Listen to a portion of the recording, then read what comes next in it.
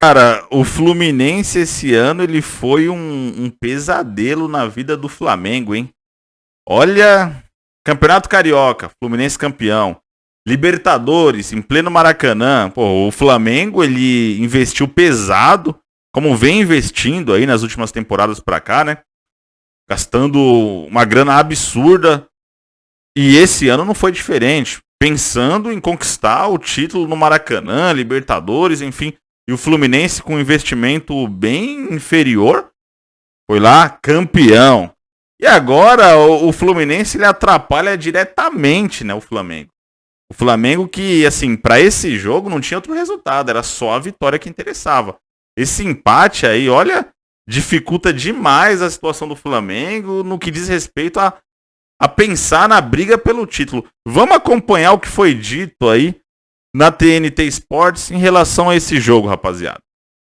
Boa noite para todo mundo que está junto com a gente, que estava acompanhando aqui no arquibancada o empate entre Flamengo e Fluminense pelo Campeonato Brasileiro. Empate que, para o Fluminense, eu acho que é interessante, né? Mesmo que o mando de campo fosse do Fluminense nesse clássico, eu acho que é interessante porque dá uma travada no adversário que tenta chegar e ficar na briga pelo título do Campeonato Brasileiro. E a gente vai falar aqui sobre o nível de atuação, as substituições que fizeram os dois técnicos, quem foi melhor nessas substituições, inclusive, porque no primeiro tempo acho que todo mundo concorda que o Flamengo foi melhor, mas nas substituições, de repente, a gente tenha visto a coisa mudar um pouco na segunda etapa. Tudo bem, Morfiga? E aí é um fato, né? É o seguinte, no primeiro tempo o Flamengo ele foi melhor, mas o Tite ele foi surpreendido, cara. Porque o Diniz ele foi muito bem no segundo tempo. No segundo tempo, o Diniz ele mexeu ali no Fluminense. O Fluminense foi melhor do que o Flamengo. E por pouco não venceu o jogo de virada ali num contra-ataque já no final da partida. Boa noite. E aí, Tainá, tudo certo? Abraço pra você, pra todo mundo ligado. Eu acho que por jogos como o de hoje, é que o Botafogo ficou e está líder por tanto tempo. Porque o desempenho do Botafogo é sofrível no segundo turno, é a segunda pior campanha do segundo turno. Um time que tem tomado muitos gols, não consegue ganhar, emplaca derrota atrás de derrota e se mantém inacreditavelmente na liderança, mesmo tendo desidratado a gordura.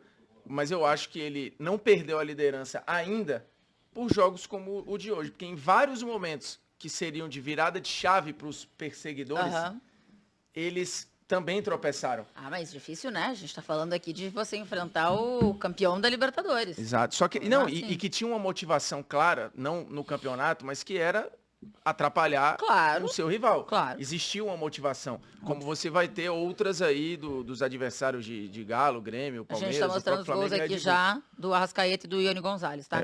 A movimentação do Arrascaeta nesse gol é uma coisa maravilhosa. Não é só pelo drible, não, tá? É óbvio que o drible é o que fica, mas... Que golaço, hein? O Nino comeu grama, velho. A diagonalzinha que ele faz para se descolar da linha de marcação e ficar atrás da linha de meio campo e à frente dos zagueiros, ele fica ali livrinho sem ninguém perceber. Porque ninguém acompanha, né, o Arrascaeta e ele faz um baita de um gol. Mas eu acho que é isso, assim, o Botafogo segue líder do campeonato, não sei até quando, talvez perca nessa rodada.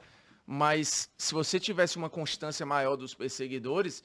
O Botafogo já tinha perdido essa liderança há muito tempo. Mas me parece que, óbvio que se o Flamengo vence hoje, ele se coloca completamente na briga pelo título do Brasileirão, porque ele iguala o número de pontos dos dois times que estão na liderança, dividindo a liderança, ou na liderança ali nesse momento, porque estão com a mesma pontuação, né? Tanto o Botafogo quanto o Grêmio com 59 pontos.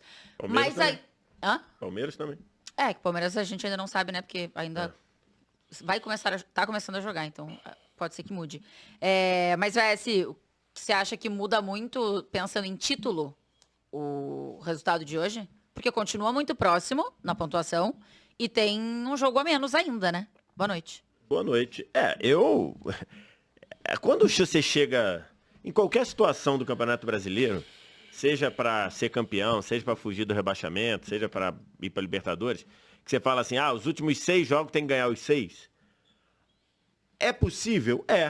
Mas não é viável futebolisticamente. Mas você acha que o Flamengo só pode ser campeão, só poderia ser campeão vencendo os 6? Eu acho que nem ganhando os 6. Porque ele teria que torcer, se o Flamengo ganhasse os 6, ele teria que torcer pro Palmeiras não ganhar 2 jogos.